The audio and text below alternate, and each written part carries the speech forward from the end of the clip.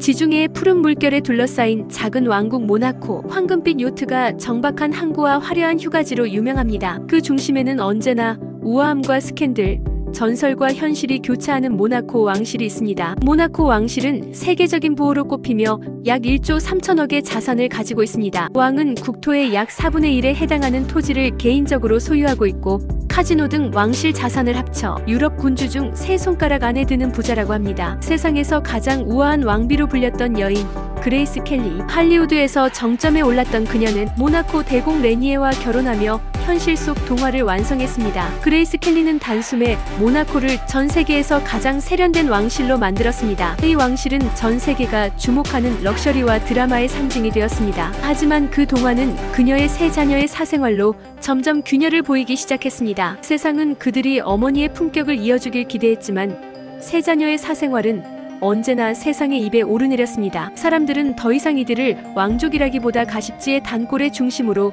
기억하기 시작했습니다. 먼저 장녀인 캐롤린 공주는 어린 시절부터 언론의 관심을 받으며 자라났습니다. 첫 결혼 상대는 17세 연상의 사업가 필리프 주노. 그레이스 켈리가 이 결혼은 재앙이라고 말하며 반대했지만 캐롤린은 마음을 꺾지 않았습니다. 세간의 우려 속에서도 왕실 결혼식이 거행되었지만 짧고 거친 폭풍의 시작이었습니다. 결혼 후 주노는 연일 클럽을 드나들며 다양한 여성들과 어울렸고 그의 이름은 가십지의 연예면을 떠나지 않았습니다. 바람은 습관처럼 반복됐고 캐롤린은 신혼 초부터 외로움과 배신을 견뎌야 했습니다. 결국 그녀는 왕실로 돌아갔고 주노 역시 어린 여비서와 함께 세계를 떠돌며 사실상 각자의 길을 걸었습니다. 결혼 2년 후 모나코 왕실 대변인은 두 사람의 공식 이혼 절차가 시작된다는 충격적인 소식을 발표했습니다. 주노는 갑작스러운 발표에 당황하며 별거에 합의했을 뿐 이혼에 동의한 적은 없다고 주장해 큰 소동을 일으켰습니다. 주노는 조용히 정리되었지만 이를 위해 왕실이 개입해 돈을 주었다는 사실이 캐롤린에게는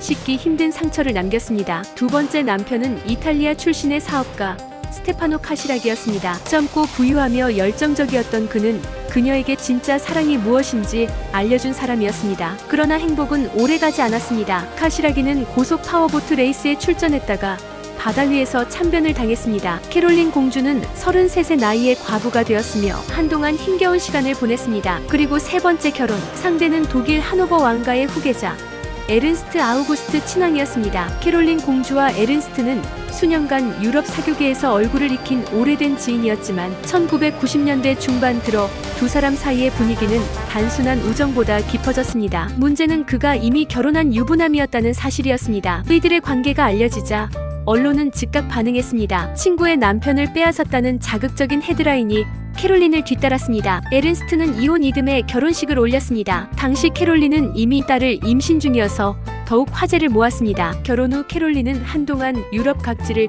오가며 행복한 가정을 꾸리는 듯 보였습니다. 하지만 결혼 생활은 곧 균열을 드러냈습니다. 에른스트는 다혈질적이고 충동적인 인물이었습니다. 독일에서 사진기자를 때려 벌금형을 받았고 술에 취한 모습으로 외교 행사에 등장하기 일쑤였으며 폭언과 무례한 행동으로 곁에 있는 사람들을 자주 곤혹스럽게 했습니다. 가장 치명적인 문제는 여성 편력이었습니다. 태국에서 젊은 여성과 나란히 있는 장면이 파파라치에 의해 포착되며 불륜설이 터졌고 그의 이름은 다시 스캔들의 중심에 섰습니다. 유럽 언론은 그를 두고 왕국의 수치라고 호평하기도 했습니다. 결국 두 사람은 별거에 들어갔고 캐롤린은 머물던 집을 떠나 다시 모나코로 돌아왔습니다. 법적으로 이혼은 하지 않았지만 사실상 별거 상태랍니다. 모나코 왕실은 이 상황에 대해 아무런 공식 입장을 내놓지 않았고 캐롤린은 더 이상 남편의 곁이 아닌 자녀들과 공주로서 역할에 집중하며 살아가고 있습니다. 둘째인 알베르는 그레이스 켈리의 외아들이자 현재 모나코를 이끄는 왕입니다. 그는 오랜 시간 화려한 연애사로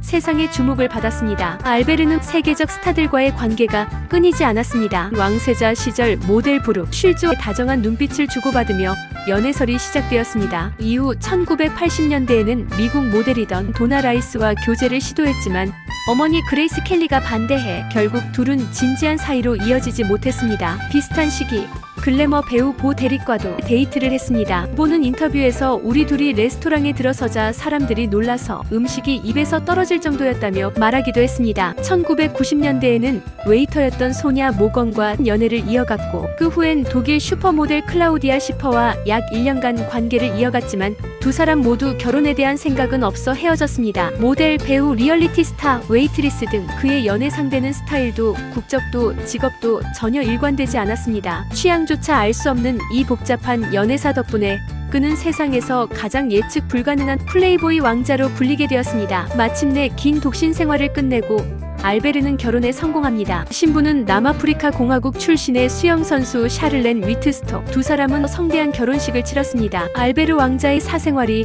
진짜 전 세계의 주목을 받게 된 건 바로 이때 시작된 혼외자식 논란 때문이었습니다. 1991년 프랑스 해변에서 휴가 중이던 알베르는 갓 이혼한 타마라와 우연히 만났고 두 사람은 약 2주간 짧은 연애를 했습니다. 웨이트레스였던 타마라는 미국으로 돌아간 후 임신 사실을 알게 되었고 이후 알베르에게 연락했지만 잠수 탔다고 합니다. DNA 검사 요청조차 거절했고 이 일은 10년 가까이 비밀로 묻혀 있었지만 아버지가 사망한 이후 왕위 승계를 앞두고 있던 알베르가 공식적으로 혼외자식을 자신의 딸로 인정하며 세상에 공개됐습니다. 두 번째는 에어프랑스 승무원 사이에서 태어난 아들입니다. 두 사람은 90년대 니콜이 서빙하던 퍼스트 클래스 좌석에서 그녀의 전화번호를 받아냈습니다. 알베르는 결혼했음에도 불구하고 둘은 6년간 비밀리에 연애를 이어갔고 니콜은 출산 이후에도 모나코 왕실의 보호를 받으며 조용히 지냈지만 알베르가 왕이 된 직후 프랑스 잡지의 폭로 인터뷰를 통해 아들의 존재를 공개했습니다. 이때 알베르는 대국민 방송을 통해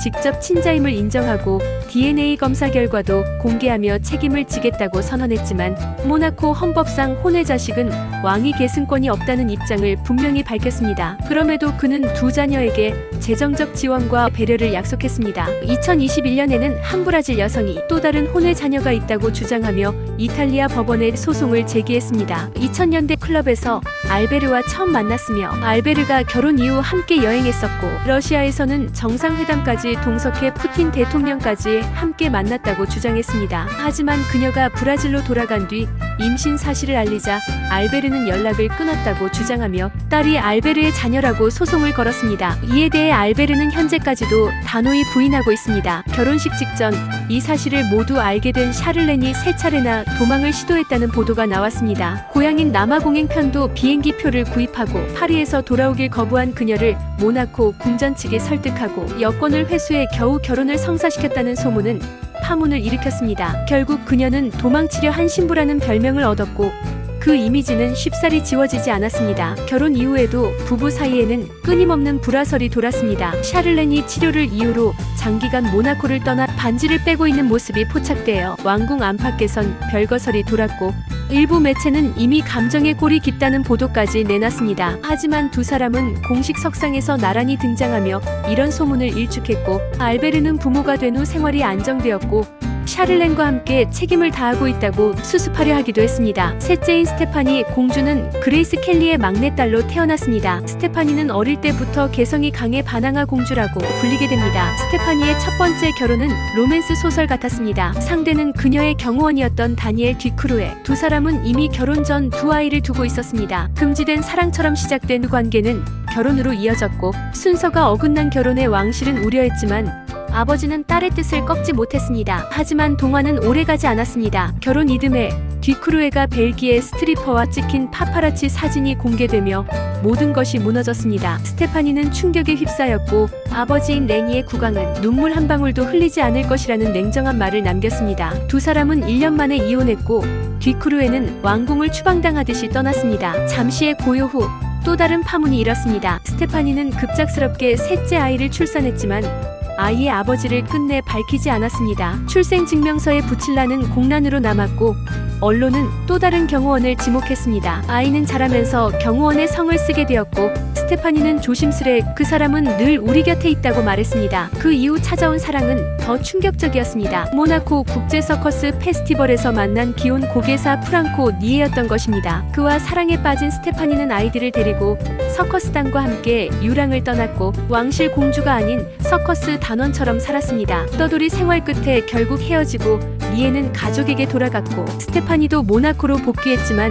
그녀의 삶은 다시는 예전 같지 않았습니다. 그 뒤를 이은 사랑은 니에의 동료였던 포르투갈인 고개사였습니다. 그는 그녀보다 10살이나 어렸지만 결혼했습니다. 하지만 이번에도 1년 만에 파국을 맞았습니다. 이혼 소식이 전해지자 레니의 국왕은 더 이상 놀랄 것도 없다며 체념에 가까운 반응을 보였다고 전해졌습니다. 이후에도 경호원과 프랑스 배우 등과의 연애설이 이어졌습니다. 그러나 스테파니는 그저 스캔들만으로 유명하지는 않았습니다. 80년대 그녀가 발표한 팝 싱글은 유럽 차트 1위를 기록하며 200만 장이 넘는 판매고를 올렸고 직접 디자인한 수영복 브랜드를 론칭하며 패션계에서도 활약했습니다. 지금은 왕실의 일원으로서 조용인 역할을 수행 중입니다. 이처럼 각기 다른 삶의 굴곡을 겪어온 그레이스 켈리의 세 자녀는 때론 복잡하고 때론 진솔한 선택들로 모나코 왕실을 인간적인 시선으로 이끌어왔습니다. 완벽함 대신 솔직함을 보여준 이들의 삶은 동화 속 왕실이 아닌 현실 속 가족의 이야기를 들려주고 있습니다. 우아함과 혼란이 공존하는 그들의 여정은